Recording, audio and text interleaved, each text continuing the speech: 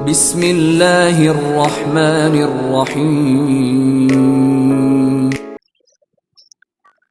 Assalamualaikum warahmatullahi wabarakatuh.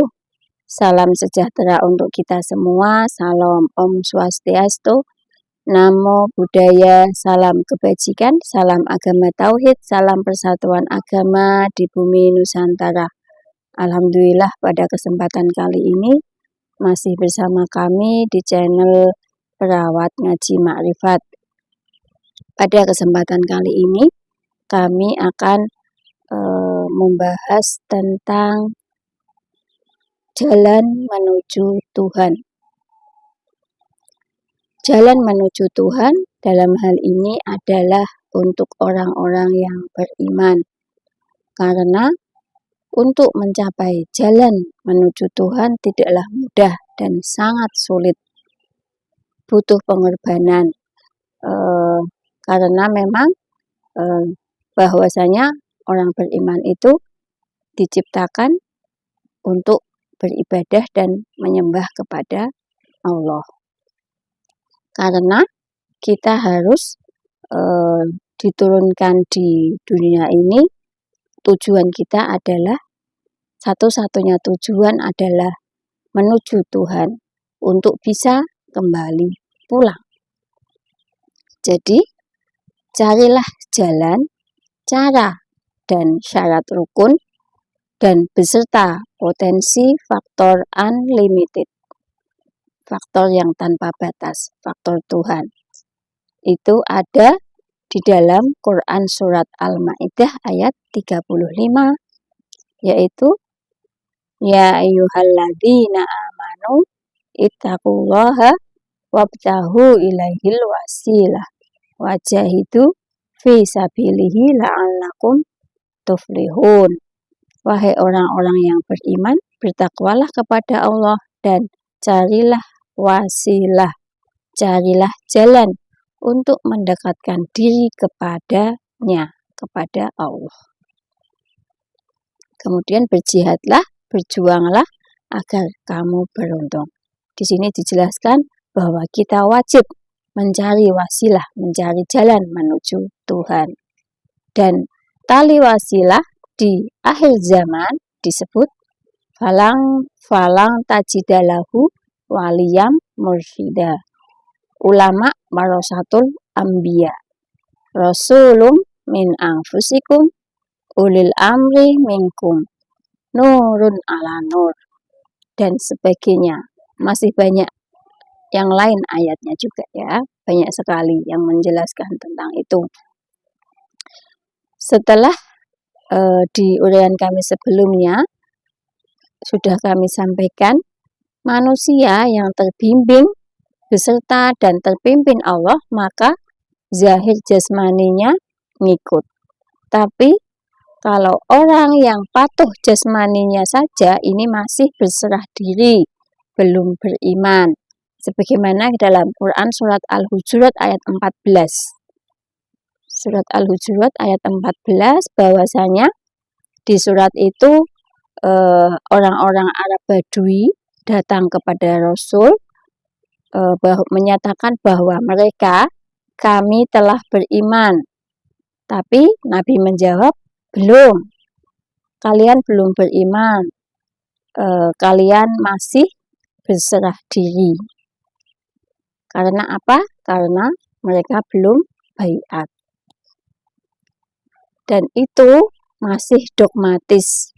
Harusnya syariat itu adalah buahnya makrifat.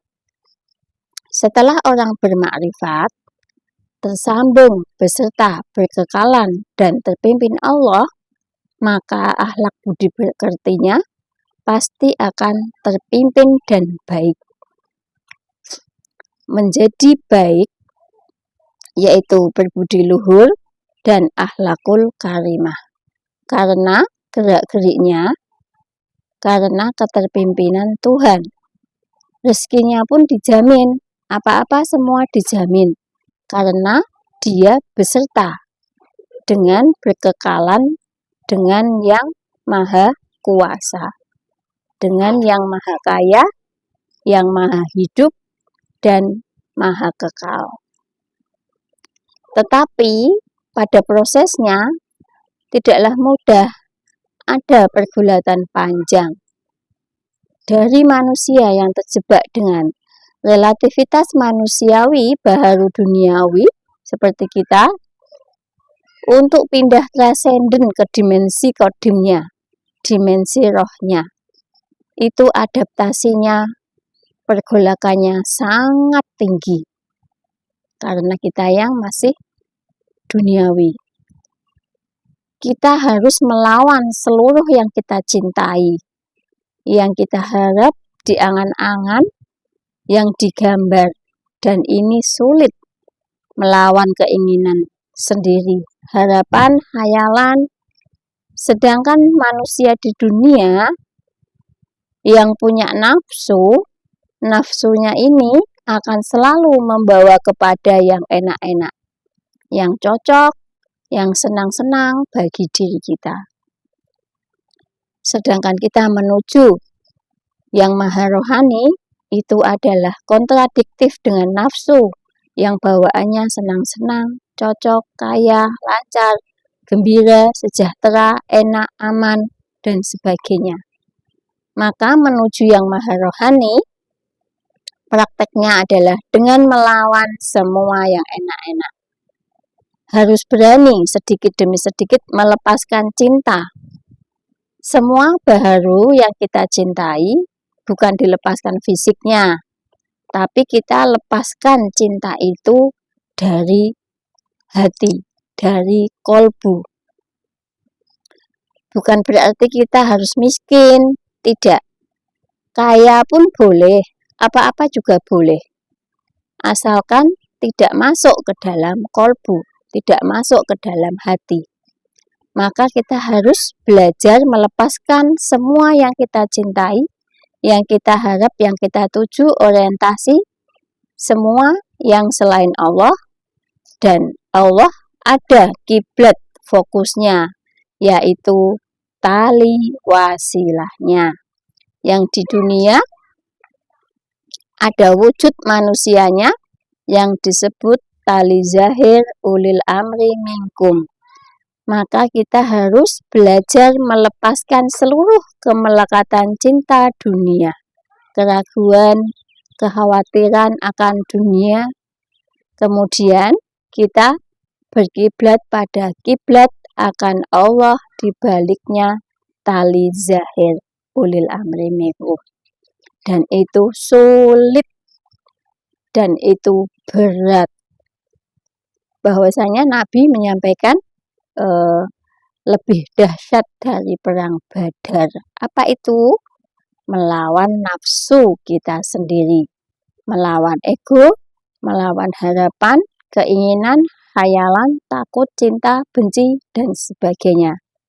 Tetapi Allah itu ada di baliknya Rasul, yang di baliknya ulil amri minkum. Itu sulit, itu berat, tapi bisa kita melakukannya lewat bimbingan guru rohani kita. Demikian yang kita sampaikan, semoga bermanfaat. Mohon maaf bila ada kesalahan kekeliruan. Ilahi anta maksudi, waridhoka matlubi. Wassalamualaikum warahmatullahi wabarakatuh.